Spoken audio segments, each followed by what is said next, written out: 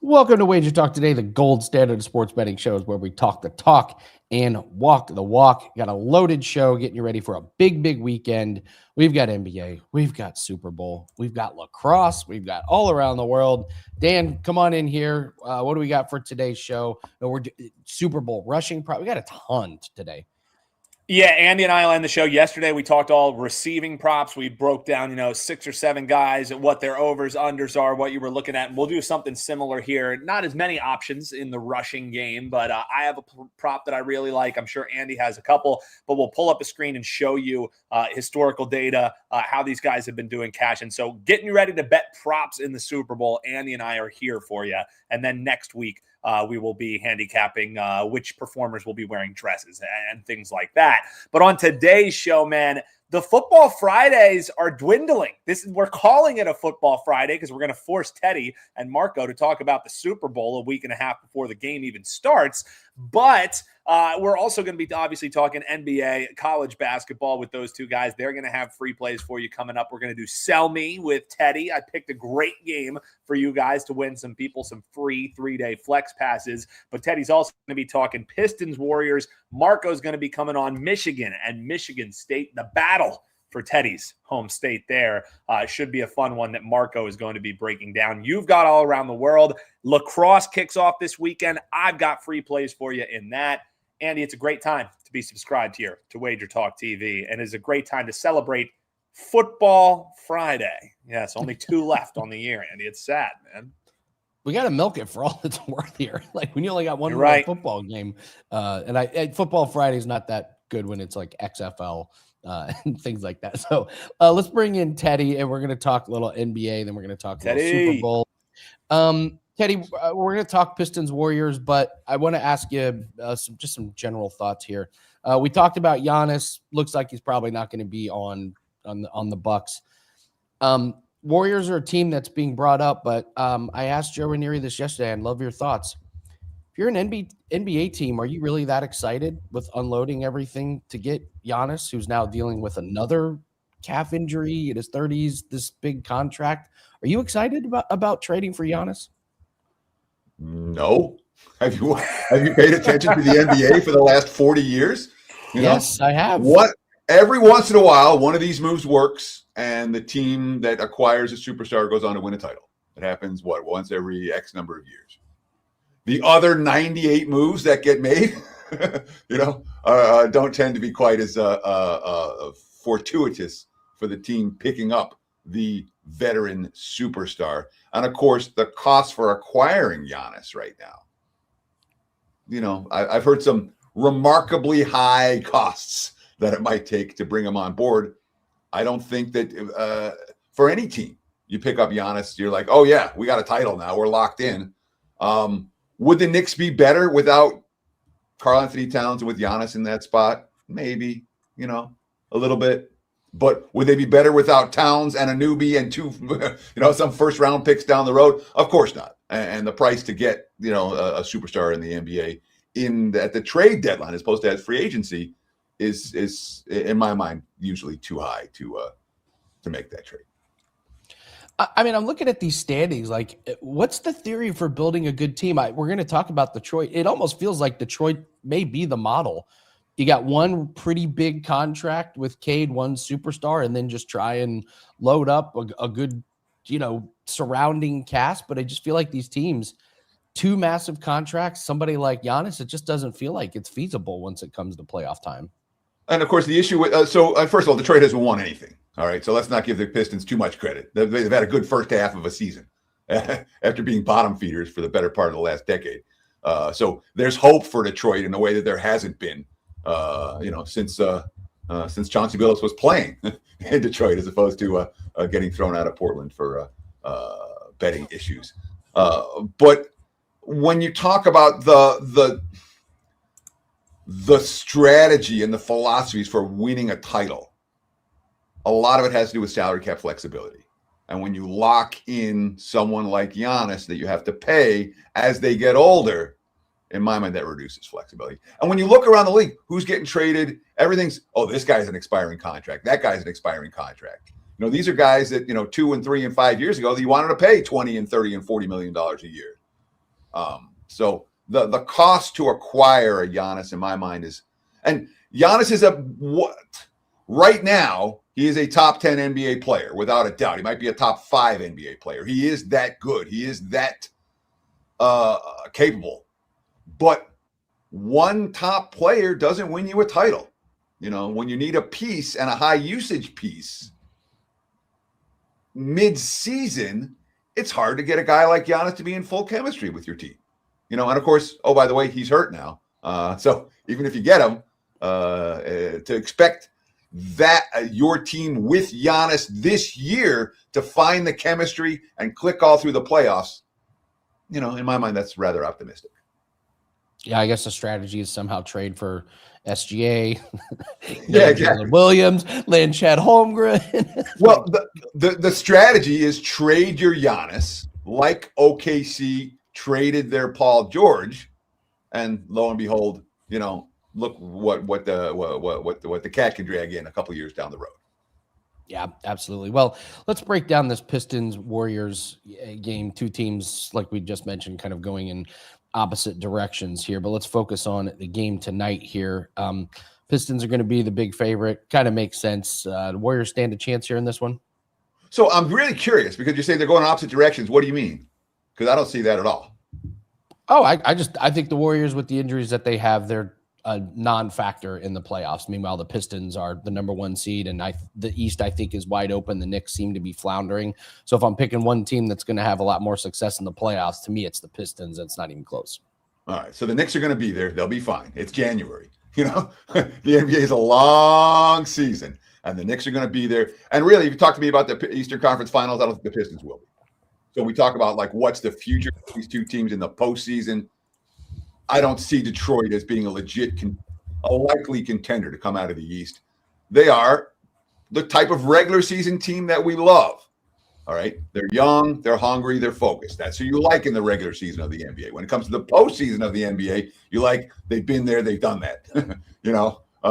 In general. Not always. OKC, obviously, last year, when you have that young, talented core like the Thunder did, you can make an exceptional run. But Detroit is not OKC, at least not in this bettor's opinion, not yet. And of course, it is a Pistons team on the second of back-to-back. So anytime we're talking about second of back-to-backs, there's two things we check. One, what happened last night? How many minutes got played? How hard were those minutes? Two, what's the team's track record without rest? Pistons have a losing track record against the spread without rest this season. They've not been particularly good in this role. And last night, kind of a no-show game in Phoenix. Nothing went right from the get-go. They did not shoot the ball well. They did not defend particularly well. Low-scoring affair for Detroit, and they were pretty much blown off the court. But from a minute standpoint, Cunningham played 33. Duncan Robinson played 30. That was the only two guys that played major minutes, which leaves the Pistons in fairly good shape tonight at Golden State from a rest perspective, even though obviously their track record in these games has not been great. The question that we have, and I'm saying we collectively as the NBA betting marketplace has right now, is what the heck do we do with Golden State? How good are the Warriors? And as Andy Lang said coming in to this discussion, these feel like two teams going in the opposite directions. Since Jimmy Butler got hurt, Golden State 2-3 straight up, 2-3 against the spread. And of course, when you're beating Utah, it's not really that much of an accomplishment. And they did beat Minnesota when the T-Wolves were in the midst of a 5-game losing streak. So they do have 2 wins, both of which you have to go, okay. That said, Golden State has been far better at home all year than they have been on the road. Now they're 5 games into the Butler injury, and it's not like they lack depth. The Warriors have some quality depth. And note the fact, again, looking at my Odds Logic live odds screen right now, it's not Detroit as a road chalk. The markets are saying Golden State deserves to be the favorite here. -2.5 pretty much across the board. Total 224.5 pretty much across the board. And of course, my powering number for the game with Detroit on the second of back-to-backs says, in theory, the Pistons are supposed to be favored here. And the markets kind of feel that way. The markets kind of have been sniffing that way. So when you see a 2.5 holding, and yet a lot of people are saying, yeah, well, the other team should be favored here, that tells us there's something to be said for Golden State's home court edge tonight against a tired Detroit team that honestly, I think they have overachieved at least a little bit over the first half of the season. I'm not convinced you're going to make as much money with Detroit over the back half as you did over the first half. Now the markets have caught up to where they are. So the lean here is Golden State minus the 2.5. I understand that the Pistons are a tough team to step in front of. Golden State is the way I would look for this one. And of course, at minus 2.5 in this point spread range, I tend to look at money lines when you're talking about short NBA favorites. But that's for me one, like the 2 point spreads in particular, where the money line is perfect, minus 1.5, minus 2. Once you get up to 2.5 in the NBA, now it's a pretty big price to be laying. So lean here's Golden State. If it goes down, if I see a 1.5, 2, maybe look to the Warriors in the money line at some point before it tip off. Moving on to the Super Bowl. I'm assuming you go down and do the whole props thing when the props are released. How was it? I've never been. That's got to be. I have to make it out. Like, it's so silly that I don't come out there. So how was it? How was the vibe this year? So I know, that's ridiculous. It's a 54-page packet, 53-page packet. I mean, this thing. You know, I mean, it's significant. And of course, it's not just like, a little bit on it. There's 2 columns on each page, top to bottom. You know, there's a lot of props to go through. And what do you do at the end of it? You end up with a page of notes like this. It will eventually, in the next, hopefully, 24 to 48 hours, that'll get translated into a bunch of bets and a bunch of plays for the clients as the prop report comes out. I'm hoping to get that done over the course of the next 48 hours, let's say some point this weekend. I want to turn this page into a bunch of bets. And after I make the bets, then I'm going to make sure that we get the clients. The clients get the same things that I'm betting myself. So, I mean, the Super Bowl prop report for me, I mean, I do it every year. I've been doing it every year for 20 years. It's one of mine. And I'm not someone that does props every week. I'm not. But Super Bowl is different because there's so much public money involved. You can really find some good opportunities. And it's one of my favorite times of the year when it comes to Super Bowl props. So, in terms of bucket list stuff, everyone talks about where do you want to be in Vegas? Look, the March Madness opening weekend is funner. All right, and it lasts longer. So if you have 2, what do you want? Do you want March Madness, or you want to come for the opening night of the props? You probably want March Madness. That said, there's nothing like it when it comes to a wise guy party in town. You know, I've been almost every year. There's a handful of years I haven't been down there. But now, of course, it's Wednesday instead of Thursday, so it's a little bit earlier than it has been.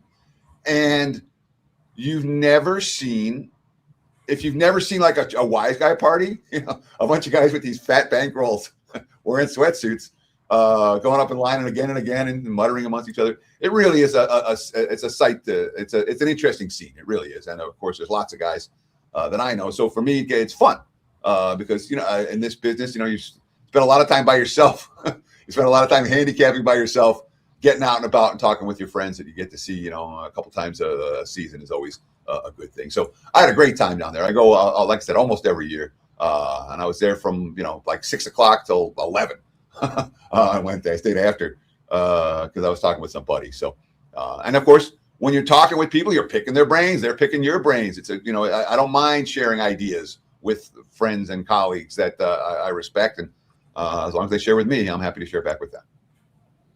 Yeah, the Formula One has become not a must go to thing in Vegas. I thought it was going to. Boy, I was excited, and then whoopsie. Well, give us your Super Bowl preview here. It looks like the line is kind of holding steady at 4.5 here for Seattle. Yeah, the floor is yours. Total 45.5. Side total props. What's your take so far? Just break that. Super Bowl, 20 minutes, go. So there's one lesson that I learned the hard way about Super Bowls. And at this stage, it makes this game a one-way game for me. The lesson I learned the hard way about Super Bowls is you can't lay freaking points. Doesn't matter how much better one team is supposed to be than the other team. All right. Doesn't matter how much better a team was in the regular season. Doesn't matter how much a team was better in the playoffs. Doesn't matter how big your powering differential is between these two teams. Once they get on that stage, in the modern era, teams are basically even. When you look at the track record of favorites in the Super Bowl, it's ugly. All right. 4-14, the last 18 meetings. last 18 Super Bowl. There's one pick 'em in there. 6-18 the last 25. 6 times the favorite has covered. And when we talk about the favorites that have covered, well, you have New England 28-3. Yeah, they covered that game.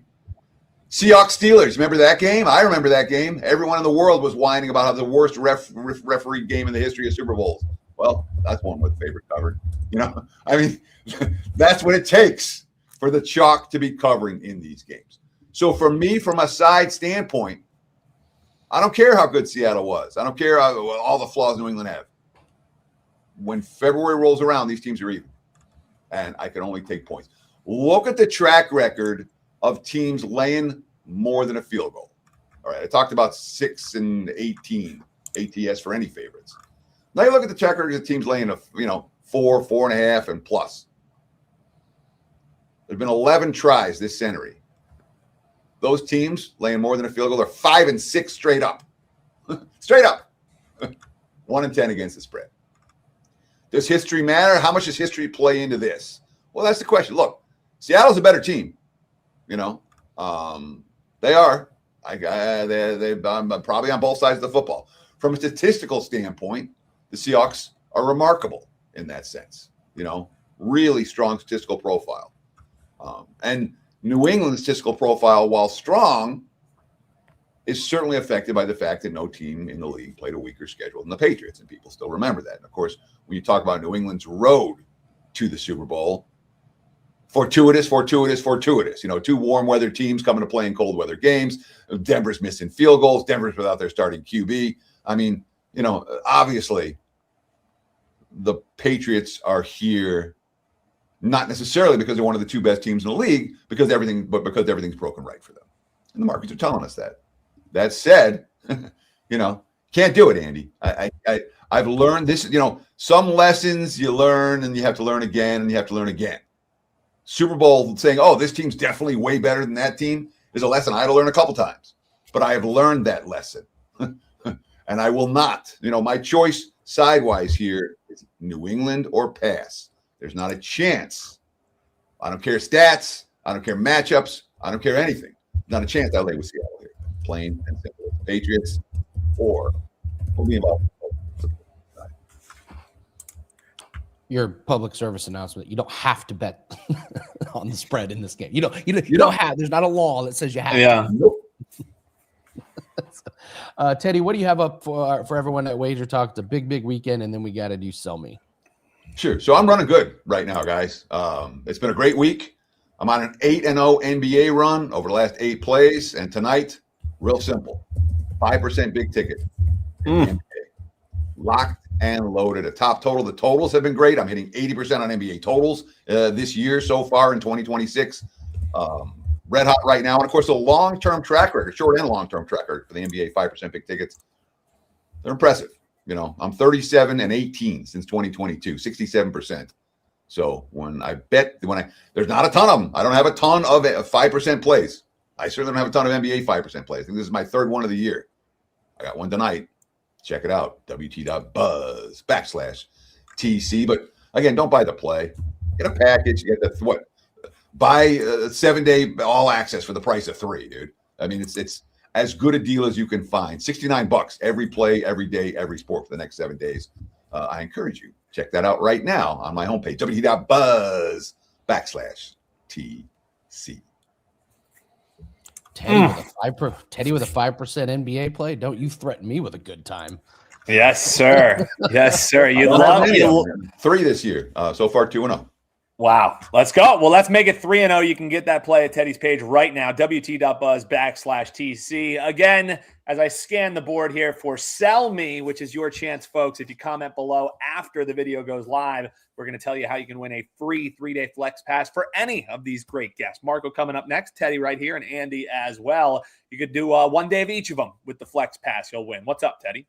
So I want to respond to the comments you're saying Teddy's pick is based on historical results more than this season. Thank you, AWB4. Rex for Fun is saying that doesn't apply this time around. One team has 15 rookies on the roster. Another team emerged from the best division in football. I want to address that real quick. Please. All right. In my mind, based on my experience, the historical results are more important than anything that happened this year. When you look at the track record of this game with 2 weeks of hype, with two teams that get a chance to breathe and then have to play again. The fact that one team has 15 rookies and the other team was the best team in the best division doesn't matter in February. Occasionally it does, but more often than not, it doesn't. So yeah, that's my thought process on this. I appreciate the comments and I don't mind the criticism. It's okay.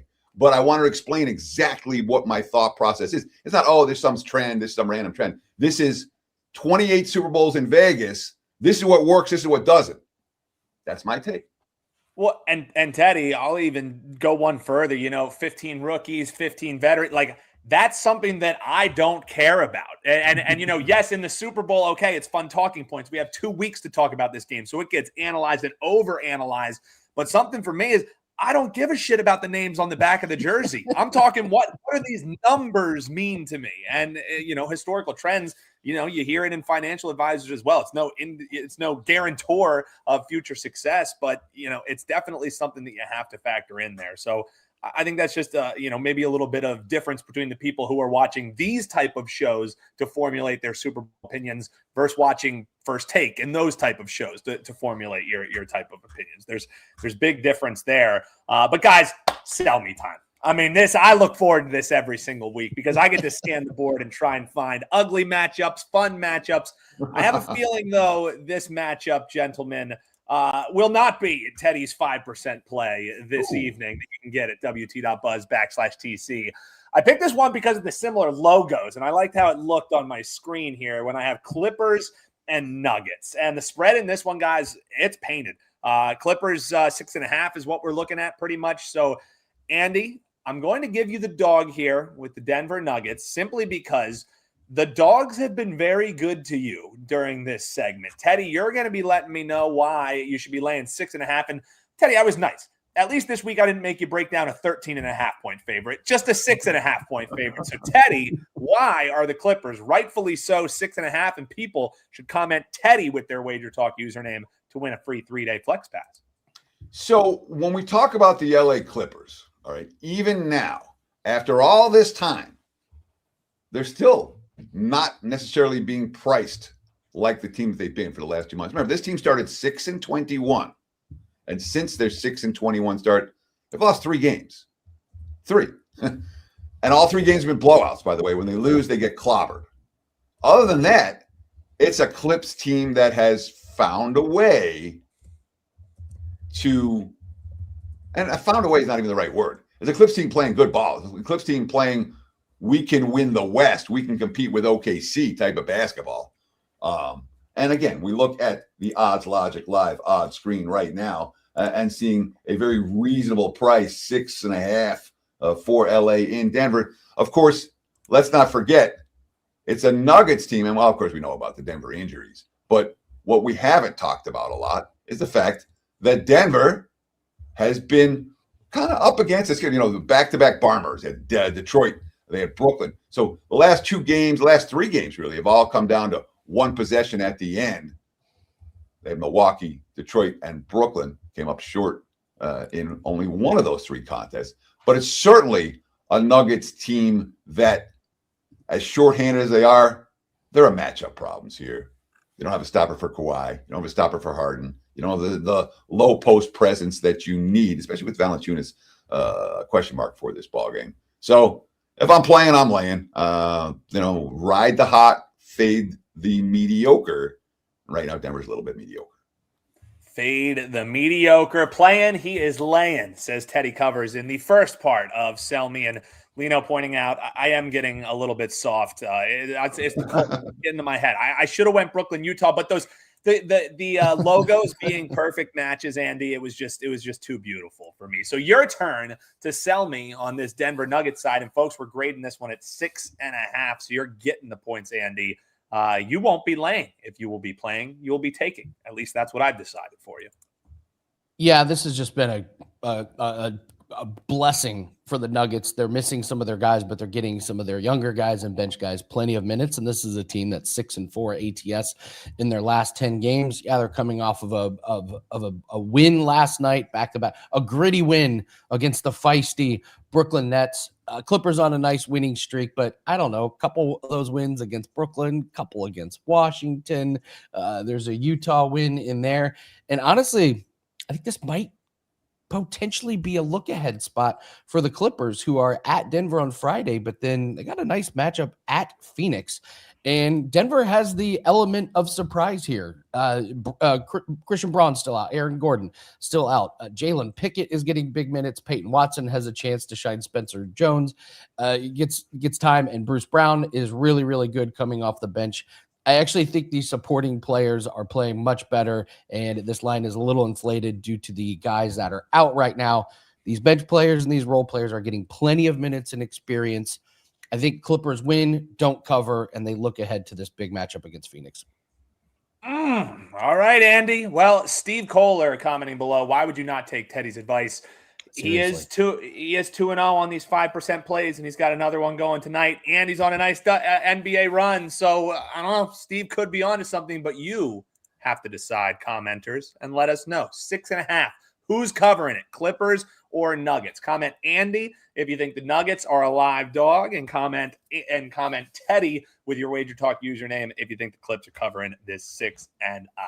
Teddy, always a pleasure, my man. Good luck tonight on that big play, brother. I'll take all the luck I can get, brother. Thank you. Luck never hurts. Have a great day, guys. Cheers. Yes, sir. Teddy covers WT.buzz/TC. Teddy does cover. I'm sure the clients are hoping tonight as well. So that's a fun one, Andy. Let's see. Comment below, folks, your chance for a free 3-day flex pass. Real quick, Rex, I think last two postseasons great about that. But the biggest thing here, when Seattle doesn't win by double digits, I will be back with hat in hand. Rex, care to make things interesting? Should we revisit after the Super Bowl? You said double digits, but the line is 4.5. Let's meet in the middle, 6.5. I'll bet you a 3-day pass for 6.5. So if they cover the 6.5, you get a free 3-day pass coming your way. If they don't cover that, you get to purchase a 3-day flex pass. Rex, do you agree to the terms?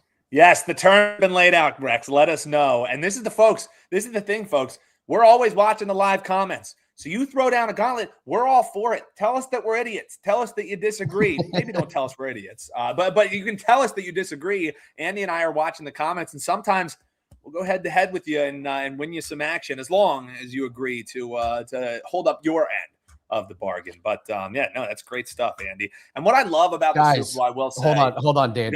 Guys, wait till after the show. Then comment with Teddy or Andy in your WagerTalk name. You're doing it in the live chat. It's got to be in the comments after the show. We need record of it in the comment section. So save those till the end. Okay, Dan, where were you? No, I was just saying that I always love when the Super Bowl rolls around, because I by the end of the 2 weeks, dude, I don't even want to bet side or total. Like if you didn't on the opener, it's just like it's been discussed, ad nauseum. And I do have to address here. Seth saying joining late. Dan yesterday, no way Bologna scores 3-0. That is not what I said. Roll back the tape. I verbatim said that Bologna could hit the over by themselves.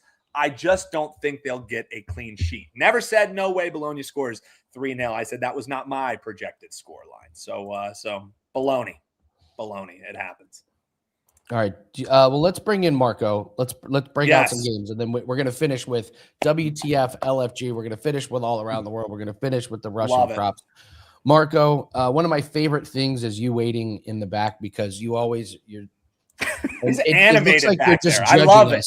It looks like you're just judging us and taking mental notes, and you'll get your write-up at the end of the show. Well, and then we go live. I do want to comment on one of the things that you guys did. And Andy, I want to agree with you. And I respect the hell out of Teddy, but I totally disagree with him on his take on the Pistons as far as not being a playoff factor. The NBA is a creature of habit, okay? And what you see is, he said that, teams don't, just get into the playoffs and make that run. They don't. They have to pay their dues the year before. And if you look at Oklahoma City 2 years ago, what did they do? They got into the playoffs. They battled in a 6-game series, played tight games, but ended up losing. Then they came back the next year off of the experience they got the year before. What did the Pistons do last year? They took the New York Knicks to the limit. They went a 6-game series, but if you remember, every one of those games were crazy games. There were a couple that were big leads blown, but yet it came down to the end of the game. That was their paying their dues, their learning curve, whatever you want.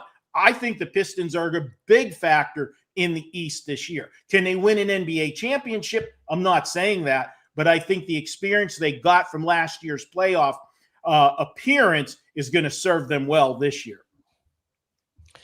I like this Pistons team. I think in this day and age, they got the recipe. It's very like the vision I have in my head is I was looking at the Pacers last year, and it's like, okay, superstar Halliburton with a big contract, then a Siakam playing great on a little bit lesser contract, and then role players pitching in and doing their thing. And that's what I see with Detroit. Like they got Cade, who's a superstar.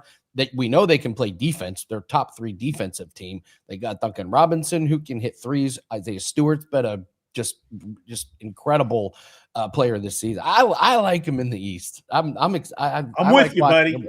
yeah, absolutely. So, all right. Well, I'm not on an island with this one.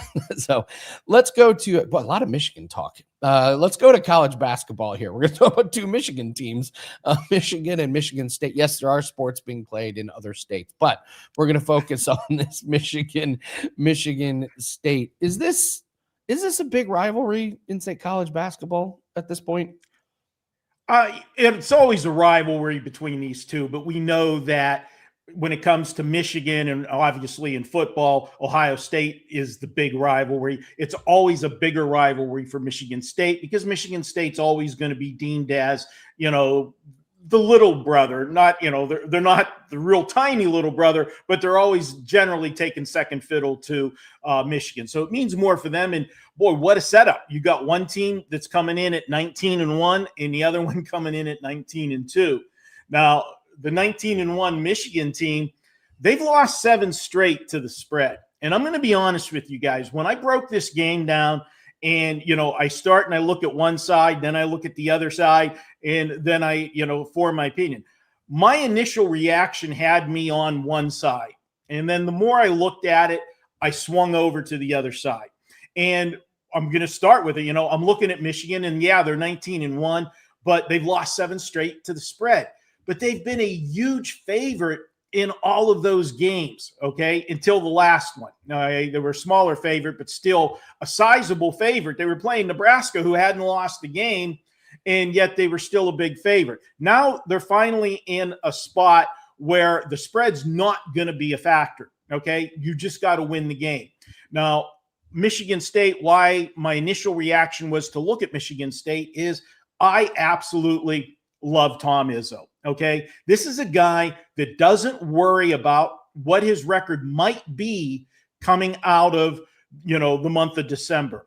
He schedules teams every year. He gets his team to play tough games early because it always makes them a better team in conference play and when you get to March Madness. And, look at what, he did. Michigan State in November and December this year, their first 9 games, they had games against Arkansas, Kentucky, North Carolina, and Duke. That's a murderer's row. And you got Kentucky, North Carolina, and Duke, blue bloods of college basketball. I mean, he doesn't shy away from anything. And it does make his teams tougher. So looking at Michigan and all, the wins and no covers, I'm saying, I'm going to land on Michigan State here. But when you actually look at it, and then I went back and looked at stats, and going back to last year, this Michigan team, when they play a game on the road, and the line is between the threes, +3 to -3. So you're talking about a coin flip game. They're 10-1 against the spread in those games. They get the job done. I'm going to go ahead and go with them, even though Michigan State, has the pedigree to get this game won, and they're coming off a scare in their last game. Obviously, they were looking ahead to this game, but I'm going to ride the high of Michigan getting through that Nebraska game. That was a big game. They got the win. They found a way to win it, and they're going to take the momentum out on the road. Both teams play tenacious defense. Should be a fun game to watch on a Friday night, but I'm going to go ahead and take Michigan in this one. All right. We almost had a Tenacious D reference there, Dan. I would have loved it. I was ready. I was ready. I was hoping for it.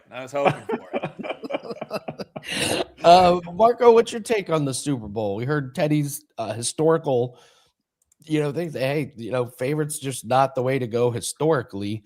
Then we had some comments like, you got to throw all those out the window and just look at this year. Right now, it's -4.5, total 45.5. Are you looking at props? You're looking at side? You're looking at total? What intrigues you about this game?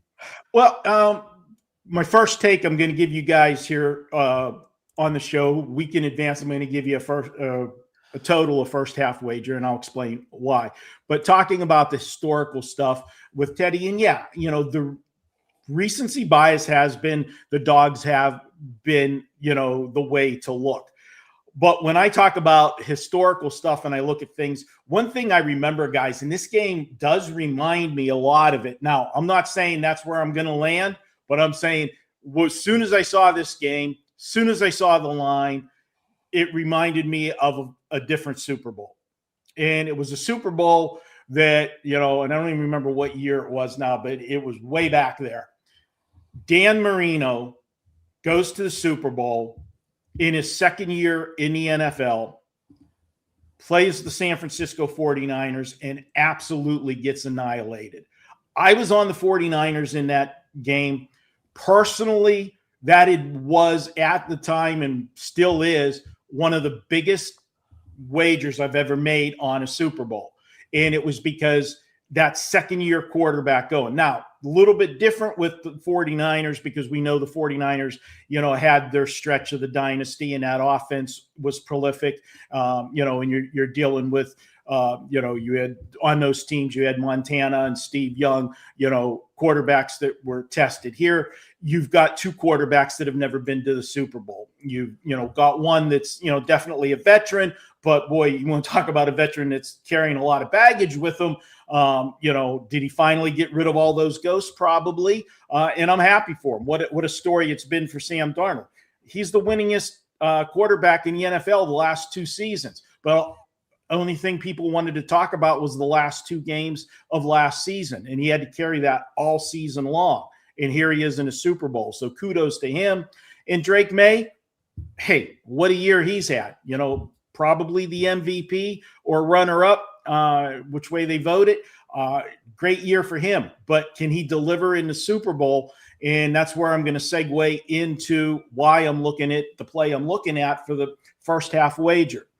Starts to Super Bowls are usually slow. And the reason for that is nobody wants to make that first mistake, okay? It's almost like I like to refer to it whenever you get a big heavyweight boxing match, okay? The guys don't come out just firing, throwing haymakers right in the first round.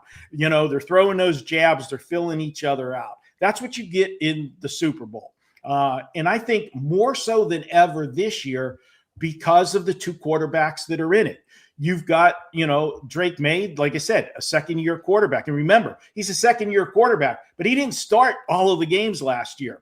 They brought him in, during the season when things, were going bad for New England. They finally made the switch. So, this is a guy with not a lot of experience, but has played well. I'm not taking anything away from him. And then you've got, Sam Darnold that still has that mystique of seeing ghosts and so forth, and they're going to be conservative with him. We know the history also of the Super Bowls, how, one of the props that's always very popular every year is, will there be a score in the first 6 minutes and 30 seconds? And the no has been, the side that gets the money the majority of the time on that particular prop, just for what I just said. Then throw in, we got two good defenses. You're looking at Seattle, who's the number one team defensively in points allowed. New England's number 5. Yards per play allowed. Seattle's number 2. New England's number 7. Yards per rushing attempt. You've got Seattle defensively number 1. New England number 10. And add in yards per pass play attempt. You've got Seattle number 3 and New England number 4. So all of that tells me I'm going to be looking at a lower scoring first half. And when you look at New England, and I know everybody's talked about their schedule, and at this time of the year, we don't care about, who you beat, you're here. Okay. So apparently you beat some teams at the end that were pretty good, but the first half, the scores in the 3 games that New England played, the Charger game, it was 6-3 at halftime. The New England-Houston game, they got to 31. It was 21-10. But there was a pick 6 in that game in the second quarter, and C.J. Stroud kept setting them up on short fields, 5 turnovers in that game. Horrible game by C.J. Stroud. And then last week at halftime, it was 7-7. And remember, the weather was good for most of the first half. So don't throw the weather was a factor in that one. So I'm going to give you under in the first half for my play, my early play for the Super Bowl, under first half wager. All right, Marco going under the total in the first half. Nice work, Marco. Guys, an interesting thing on the money line when you're talking, I know Teddy talked about the money line in the Super Bowl. If you shop around in Vegas right now, you're going to see that money line is all over the place. You're going to see it as low as Seattle minus 220 and as high as Seattle minus 242. Circa is the lowest in town on the money line if you want to bet Seattle, on a couple reasons. It started out with them is they're on the hook for a $310K payout on a $100 wager. They have they call them Super Bowl exactas, and you could have played these way back when. And you have to pick the exact 2 teams to get to the Super Bowl and the winner of that said Super Bowl. And somebody has New England beating Seattle in the Super Bowl. They put $100 wager in. That's a $310,000 payout. Ooh. That's a pretty nifty score for somebody if they get it. I hope to God they're doing some hedging on that bet, but that's one of the reasons why they started out lower. And then they also took a $1.1 million bet on New England at plus 188, which will bring back 2.1. So different houses are going to end up having different numbers trying to entice money for where they need help at. And Circa is definitely going to need some Seattle money come their way. So if you want to bet Seattle money line, that's the place to look at it. And Andy, I know you're familiar with this with big heavyweight fights. The Super Bowl money line propositions generally create value on the favorite because people treat the game that are newbies come to Vegas. When you have a lot of them come for Super Bowl week, they want to bet the game. And when they go to the window and they go, what can I win for $100? When I bet, and they find out, they bet 110 and they can only win 100. They're not really thrilled about that. They want to make more money. So they take the money line dog. It's the same way as they do with boxing. They'll take the dog, they'll bet the dog. And then you always see the sharp bettors come in right before a fight goes off and grab that reduced favorite at a better money line price. Wow. So $100 to win $300,000 is must be nice out there. Wow. I mean, you go lay 150 grand on the other side, or so you do something to guarantee yourself a 6-figure payout. That's let it ride or super hedge. It's a super hedge. It's not even close. This drives me nuts, Marco. Like when you have a big future ticket like that, you have a future ticket like that, in my opinion, not for the big win, but for hedging opportunity to guarantee profit. That's why you take absolutely tickets like that. You're not taking $100 to hope to win $300,000. You're taking $100 to hope to put yourself in this position to guarantee a 6-figure pay. It drives me. Dan knows we have this conversation on Bet On It all the time, and I'm gonna answer the same way every time. You can lock in a profit you lock in a profit. You've got to take some. That's the whole thing. And I know a lot of people say that, why are you giving up value, when you've got a good number, and such.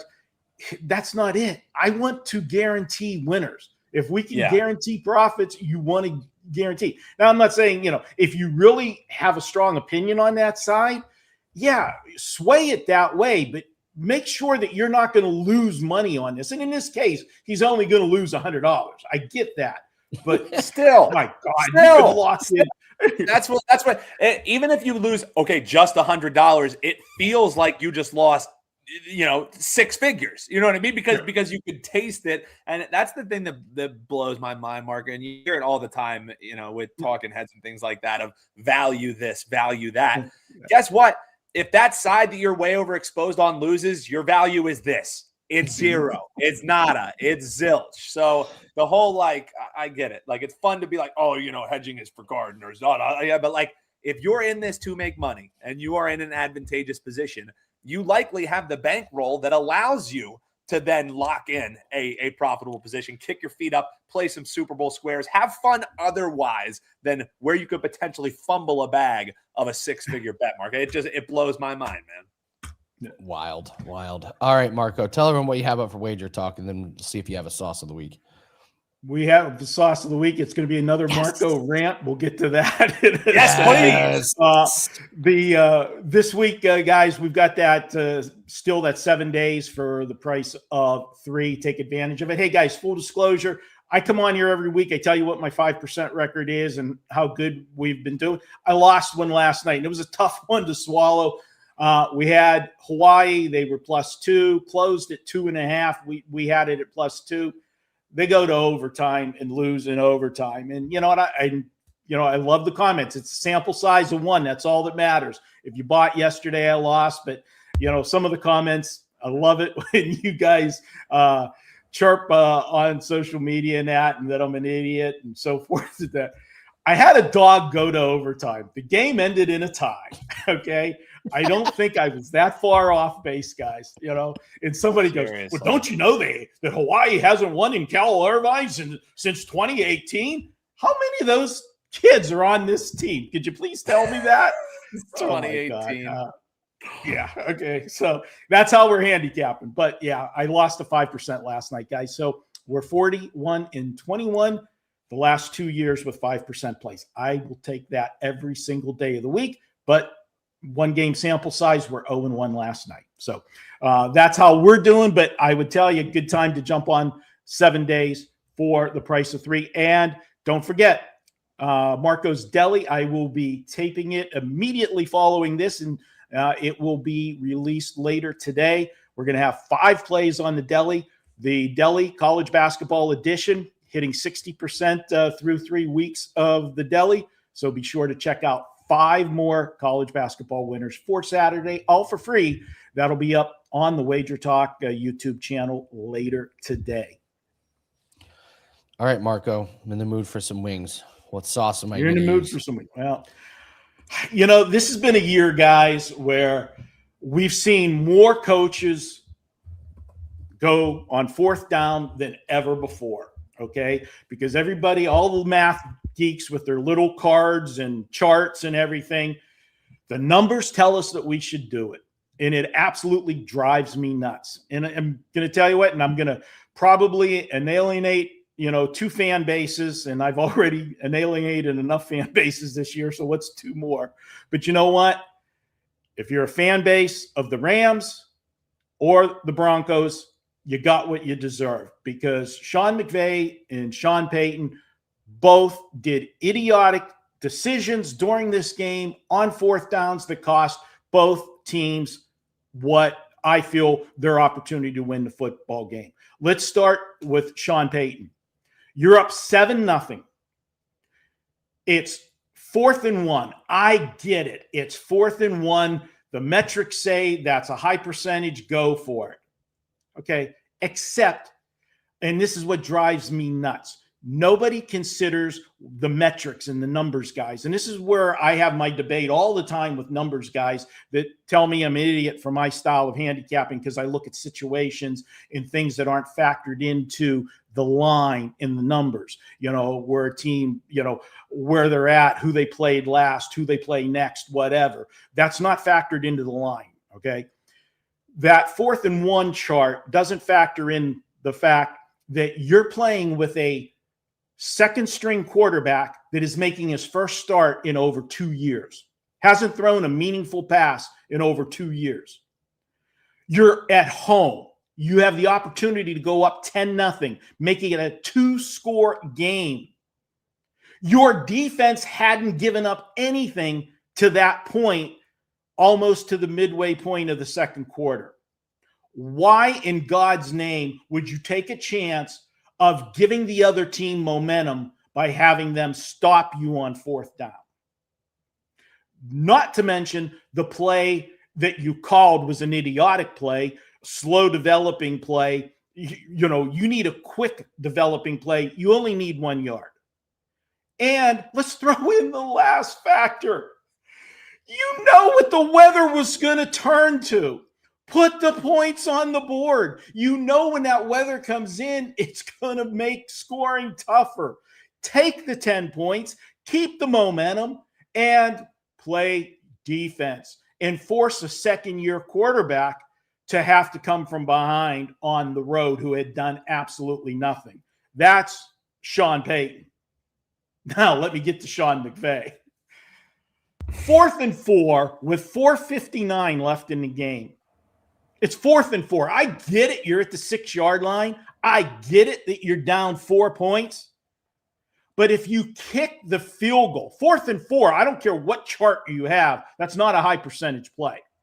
And you're going against, if not the best defense, the second best defense in the NFL. You kick the field goal and make it a 1-point game. There's still going to be just under 5 minutes left in the game. If you make a stop and get the ball back, you only need a field goal to win the game. Let's play worst case scenario. If you give up a touchdown, what's it make the score? You're going to be down 8. You're still a 1-possession game. You could score a touchdown and a 2-point conversion and go to overtime. Why would you not give your team the best chance to win that game? Not only if you cut it to 1 and then a field goal can win it, but whenever you kick off to Seattle, now Seattle's clinging to a 1-point lead. It's a lot more pressure on the offense to deliver being up 1 than being up 4. So you two guys, you deserve what you got, and it's poetic justice that all the guys that went for 4th downs all year long want to be in, the cool group. You are sitting at home. Both teams lost that way. So I'm going to give you the sauce of the week, give you the cool sauce. You get a mango habanero. Okay, that's what you get this week. Okay, because you're going to never see this guy ordering mango habanero. All right. So enjoy it, guys. Enjoy it in the off season. Thanks, Marco. Thanks, Marco. Appreciate you, buddy. Good luck. Have a good one, guys. It's well done. Yeah, that reminds me. I don't know if you're a Scrubs fan, but there was a line where he was like, "I'm going to call you Scooter," and he's like, "Why?" He's like, "Because it's short for Scooter Pie." He's like, "What do you mean?" He goes, "I hate Scooter Pie." So that's how he arrived at the mango habanero. He goes, "I'm going to call it mango habanero." Why is that? Because I hate mango habanero. Because I hate mango habanero. So last time I had wings, I dropped one on the floor. That's the punt return. Oh, yeah, no, that's the Rams punt returner on the ground, yeah, wobbling around. That's rough. All right, we got a lot to get to here to close out the show. Let's do WTF LFG. And Dan's going to Lacrosse, and I specifically asked him to do this because there's an angle in here that Dan has no idea about. So what's the Lacrosse play, and why are we talking about this one? First things first, Andy, you know that college lacrosse is back because on my phone I'm currently watching a live stream of an indoor lacrosse game. The game got named on Thursday that it was getting moved indoors, and then they said no public's allowed, no media. So we actually have someone at the game who is live streaming the game. So that is the place that we start at. But Andy, let's get a win here. First lacrosse play of the year for you guys. It's kicking off this weekend, and we are taking a dog that I believe we got a live dog. Boston University getting 6 points against Syracuse. Shop around. This is 5.5. It's 6 out there. I'm fine with 5.5 because I think we got a live dog. But if you can find the 6, get it. This is the first time these teams have ever played. Syracuse also is going to have to kick off this season without one of, if not their best player. Trey Deer was in a car accident this offseason, so he's likely going to be out the entire season. The distractions that come with that alone is a reason why we were looking to fade Cuse heading into the year. And this Boston team just doesn't get blown out, no matter who the competition is. If you're going back to 2024, so the last 2 seasons, this team has never lost by more than 6 goals in all but 3 games. So they're 30-3. If you just gave them 6 points in every game, not worry about what the factor is. They continue to cover even against top flight competition. And this is also the first time that Syracuse is actually going to open the season against good ranked opponent. Boston's currently ranked 16. They typically play Vermont in week 1, and they always beat up on Vermont. Cuse, yes, they should be the favorite at home. But this is a scrappy Terrier team that year in and year out gives teams fits. It's going to be Cuse's first game without Deer. I expect BU to keep this close, maybe even pull the upset. We're taking 6 points with the Boston Terriers against the Syracuse Orange, Andy. Okay, here's why this is an LFG. It could be the second play in less than a year where we have a fade the car accident theory.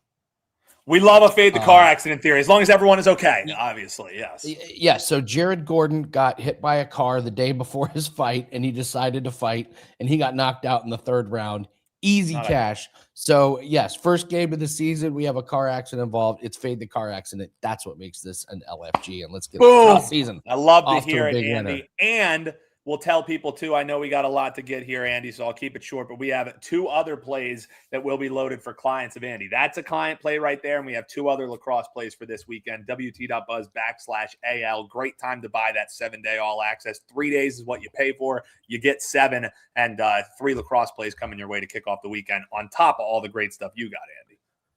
All right, let's do it. Let's do all around the world, and then we'll talk rushing props for the Super Bowl. Get ready for the weekend. All right, so let's see here. We're going to start with UFC. Someone was asking about a parlay piece. Here's one for you. Taliesin Teixeira, round 1 KO. Taliesin Teixeira just doesn't get out of the first round, whether he wins or loses. He's had 1 loss. It was his last fight. He got knocked out in 35 seconds. This guy's a beast, and he's fighting this guy, Dan, Tai Tuivasa. Tai Tuivasa is his fan favorite in Australia, except he's lost like 5 or 6 in a row. Like, he way past his prime. He doesn't take it serious, and he showed up to weigh-ins looking like it didn't look great. Let's just say Taliesin Teixeira's got a big reach advantage, a big height advantage. Teixeira will knock this man out in the first round. You can put this one in your parlays. Here's a client play at plus 260. Zion Williamson, double-double. You guys have heard me talk about Zion's rebounding. I don't know what's going on with the Pelicans. They have a new rebounding style. Zion and Sadiq Bey are the ones getting the rebounds. Zion has gone from averaging 5 to 6 rebounds, and then his last 3 games, he has 11, 10, and 11. His rebound number is 7.5. No. We're going to take the double-double of him to get to 10 rebounds and 10 points. He's gone over 10 points in 31 out of 33 games. So as long as he plays the full minutes, he should get here. Grizzlies all banged up. They're out Aldama, so they have limited guys in there. Jared Jackson is going to get big minutes. He's not a good rebounder. So Zion plus 260, too good to pass up. And then Anthony Black over 1.5 made threes. We've bet on Anthony Black several times this season, and he's done pretty good, but he's on fire from threes. Over in 7 of his last 8 games, 15-5 to the over his last 20. What I love is he's averaging 6 attempts per game. Shooting percentage is a little spotty, but when you're getting 6 attempts per game, we only need him to hit 2. We can cash that one. So Teixeira around 1 KO, Zion double-double, Anthony Black over 1.5 threes. That's your all around the world. Love it, Andy. Let's get it, baby. All right. Now we're going to go to the rushing props. All right. There's one that jumps off the page for me here, Dan. Let me see if I can make this a little bigger. I just don't see George Halani getting 10.5 rushing yards in a Super Bowl. Yeah, unless where did that just because Charbonnet's out, we're going to say, oh, the backup's going to get care? Like, do people not realize when Charbonnet has been out year over year, which happens, once or twice a season, it's been the Kenneth Walker show, and flip it the other way when Walker is out, which has happened several times as well. It's been the Charbonnet show. Halani, we're really thinking this guy's going to get enough attempts to okay, he could rip off a 10-yard rush against the Patriots rush defense. I don't get this one at all, Andy. Yeah, I will gladly take Halani too. He maybe comes in for a spell, but in order for him to get over this one, I think it needs to be a blowout late in the fourth for him to come in. And even then, I'm just not sure you're going to put your faith in George Halani. So I will take the I will take the under in that one. Other than that, anything jump out at you? So I alluded to it yesterday, Andy, and I didn't fully give it out since we were talking receiving props, but I was taking a look at Rashid Shaheed to have over 5 rush yards. This is currently minus 115, and this is a number that I think comes next Sunday won't be as available. You'll probably be looking more at like a 6.5 or a 7. The thing is since he joined the Seattle Seahawks, he's had at least one rush attempt, Andy, in 8 of their 11 games. And it's just, what attempts will this guy have? You and I talked about it yesterday about, taking him for a long ball and taping him volume, all these other things.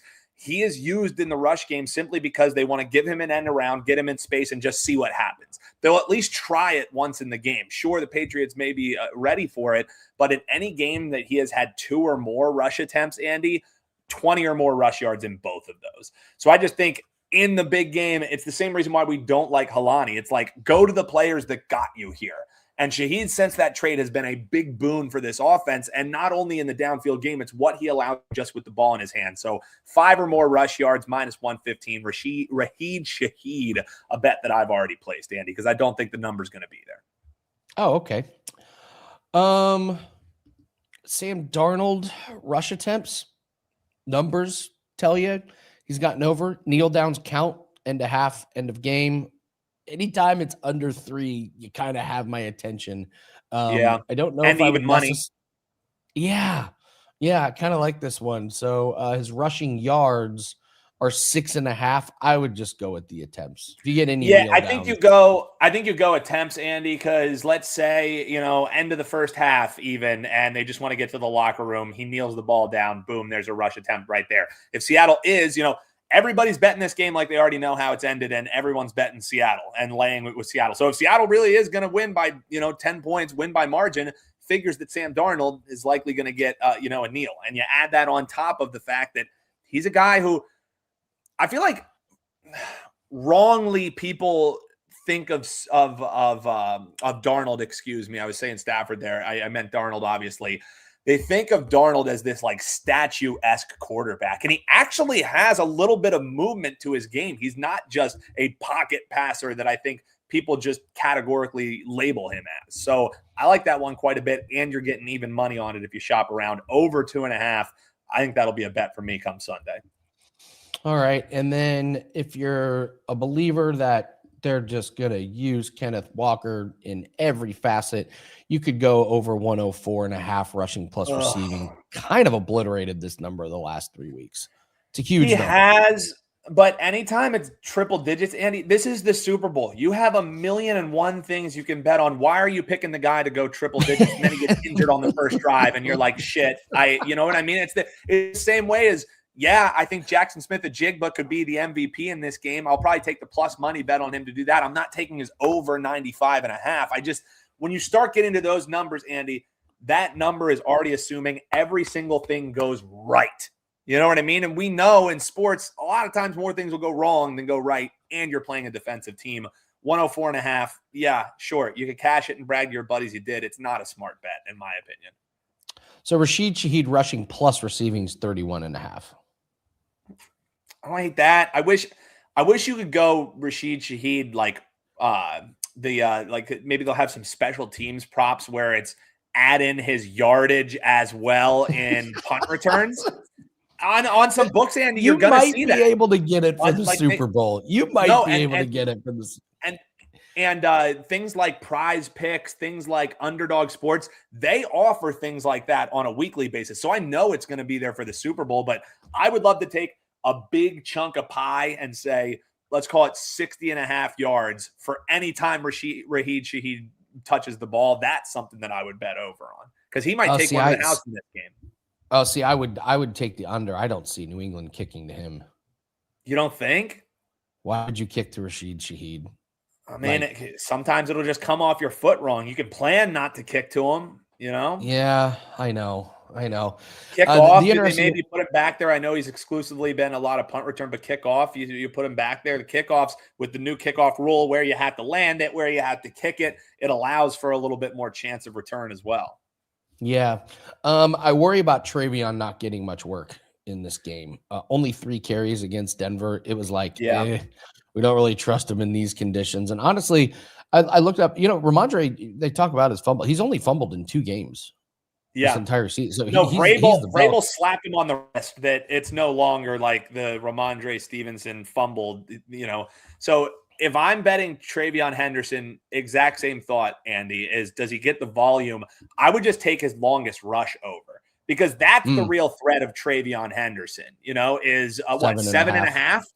Yeah. If he gets 3 carries, one of those could be a 60-yard rush. You know what that is the home run ability that Travion Henderson has. So any of those props, 17.5 isn't an awful one, but he could get 17.5 over on his longest rush, and you're only asking 7.5. He's a home run hit guy. He's not a volume wear you down kind of guy. That's where Ramondre comes in. Last question before we get out of here, Greg. Would you ladder Drake May for rushing yards or just go for the over?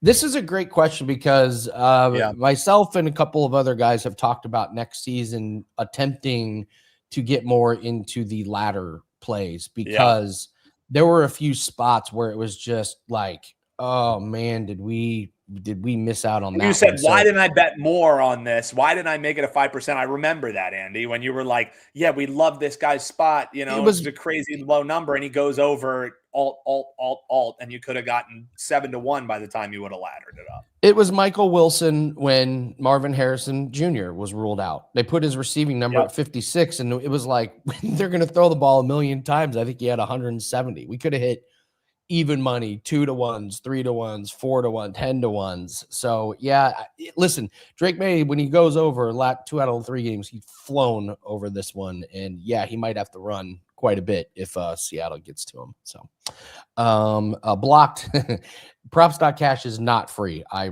will attest to that. It is far from free. Whatever the opposite of free is, that's what props.cash is. Yes. So it's worthwhile for myself and my team to get it. I'm happy to pay for it so everybody can use it, but prepare to drop some bucks for it. So, all right, we got a lot of big stuff up. Tomorrow is a huge combat sports. We have our 4% UFC and 4% boxing best bet that is up. 4% NBA tonight, along with lacrosse plays, NBA plays, anything that we have, you'll have. We're probably gonna have some daily golf plays. We've got 2 going today, so expect some more on Saturday and Sunday. The best thing to do is just get that 7 days for 3 days. It runs out, I think, tomorrow. So we got brand new specials coming out in February, and I don't know if that one's going to be in there. So if you're hesitant, I don't know if I should get it. Now's the time. Just get the 7 days for the price of 3. It's one of the best specials we run. So, all right, that's going to do it for us. Thanks very much, guys. Appreciate it, Dan. Great job this week. Let's get this cross play home, and let's have a big weekend. We'll see everyone Monday. It's Super Bowl week, guys.